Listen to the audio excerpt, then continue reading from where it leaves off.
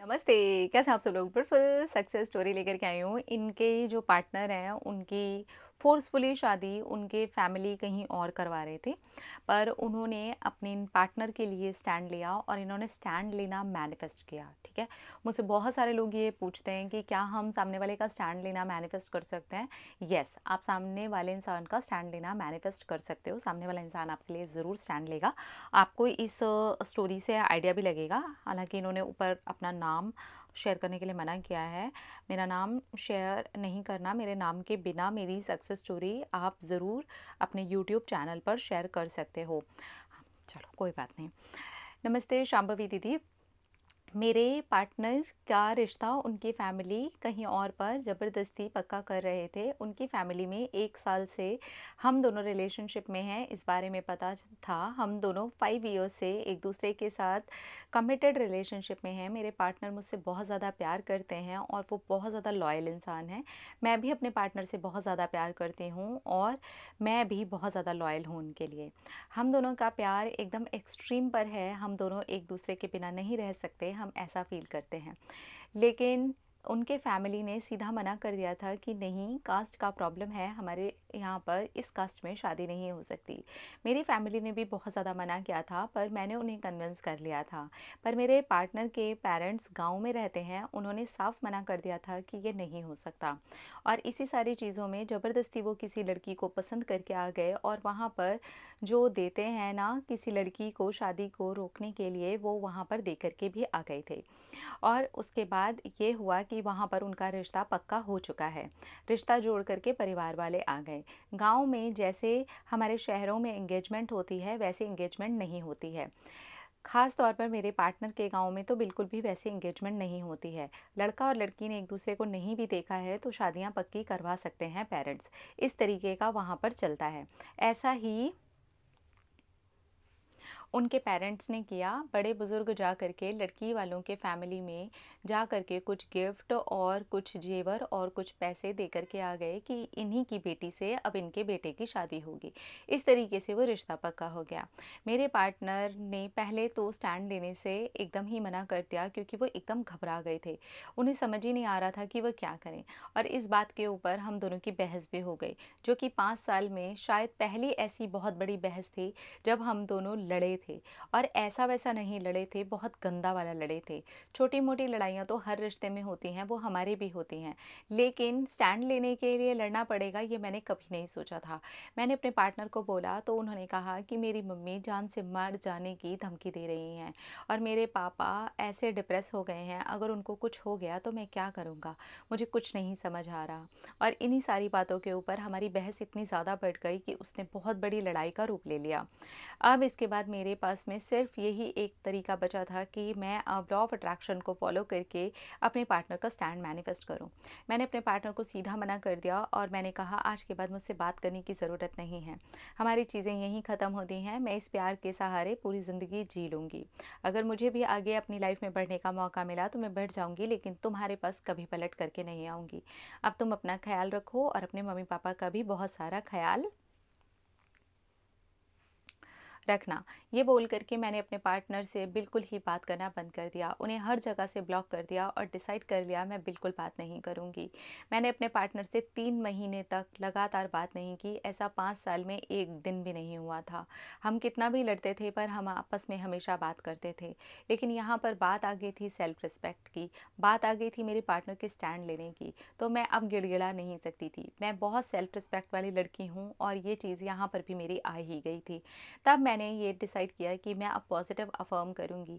मैंने अपने पार्टनर के लिए 21 डेज़ का एक रिचुअल किया, जिसमें मैंने डेली हनुमान चालीसा करी और 21 टाइम्स मैंने अफर्म किया मेरे पार्टनर मेरे लिए अपनी शादी का स्टैंड ले रहे हैं। उनकी फैमिली को उन्होंने मना लिया है। 21 डेज़ करने के बाद में मैंने इसे पूरी तरह से छोड़ दिया। मैंने हनुमान जी को कहा कि अब आप देख लो, लेते हैं वो स्टैंड तो ठीक है, नहीं तो आप मेरे जीवन में जो करेंगे वो अच्छा होगा। ये सोच करके मैं उठ गई और मैंने डिसाइड किया अब इस टॉपिक पर ना मैं किसी से बात करूँगी, ना ही मैं सोचूंगी। आपके भी जब पार्टनर मैनिफेस्टेशन के वीडियोस आते थे, तब मैं सिर्फ उसमें से लॉ ऑफ अट्रैक्शन के लिए क्या सीख सकती हूँ इसीलिए देखती थी। लेकिन पार्टनर को मैनिफेस्ट करने के लिए ना मैं कोई वीडियो देखती थी, ना ही मैं उसको फॉलो करती थी। मैं अपने आप को बस पॉजिटिव रखना चाहती थी, इसलिए मैं सिर्फ अपने ऊपर काम कर रही थी। और मैंने अब अपने करियर के ऊपर भी काम करना शुरू कर दिया, हेल्थ के लिए भी मैंने काम करना शुरू कर दिया। मेरे पास में ही एक योगा क्लास होती है, मैंने वहाँ जाना शुरू कर दिया। मुझे डांस करने का बहुत ज़्यादा शौक़ है, तो मैंने घर पर ही उसकी प्रैक्टिस लेनी शुरू कर दी। यूट्यूब पर बहुत सारे क्लासेस चलते रहते हैं जो फ्री में डांस सिखाते हैं, मैं वहाँ से डांस सीखना स्टार्ट कर चुकी और अभी भी मैं वहाँ से डांस सीखती हूँ। और मेरे पार्टनर ने स्टैंड ले लिया। जब मेरे माइंड में ये ख़्याल भी नहीं था कि मेरे पार्टनर का कोई कॉल आएगा, अब वो करेंगे भी तो कहाँ से करेंगे, मैंने उन्हें हर जगह से ब्लॉक ही कर दिया था। पर उन्होंने एक अलग नंबर से मुझे कॉल किया और उन्होंने कहा, फैमिली को मना चुका हूँ, अब प्लीज़ तुम मेरा ब्लॉग खोलोगी, मुझे बात करनी है। तब हमारी शादी को लेकर के बात हुई और वो सचमुच में इतने ज़्यादा कंजर्वेटिव फैमिली को अपने कैसे स्टैंड लेकर के मना चुके हैं, ये तो अपने आप में ही एक बहुत बड़ी कहानी है। लेकिन मैंने अपने पार्टनर का स्टैंड लेना मैनिफेस्ट कर लिया और अब आपकी बात भी बहुत अच्छे से समझ में आ चुकी है कि अगर हम अपने लिए ही स्टैंड नहीं लेंगे, अपनी सेल्फ रिस्पेक्ट के लिए स्टैंड नहीं लेंगे, तो पार्टनर का स्टैंड लेना कैसे मैनिफेस्ट करेंगे। ये बात मैं सचमुच में अपने खुद के स्टैंड लेने की कहानी से समझ चुकी हूँ।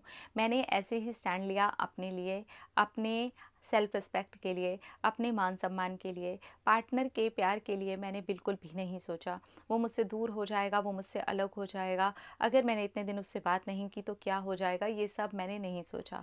मैंने सोचा वो आना है तो पूरे प्यार के साथ खुद ब खुद आएगा। और देखिए मेरा मैनिफेस्टेशन भी पूरा हो गया। मैं आज अपने ऊपर प्राउड कर रही हूँ और अच्छा फील कर रही हूँ। और मैं इस बात पे भी प्राउड फील करती हूँ कि मुझे इतना अच्छा इंसान मिला है जो मुझसे इतना ज़्यादा प्यार करता है। Thank you so much Shami ma'am. सचमुच में मेरी जितनी हेल्प आपके वीडियोस ने की है उतनी शायद मैं अपने लिए स्टैंड लेके कभी ना कर पाती। Thank you, thank you, congratulations, I am really very happy for you. इनके इस कहानी से मुझे जो चीज़ समझ में आई वो सबसे ज़्यादा इम्पॉर्टेंट यही थी कि इन्होंने भी अपने लिए स्टैंड लिया है।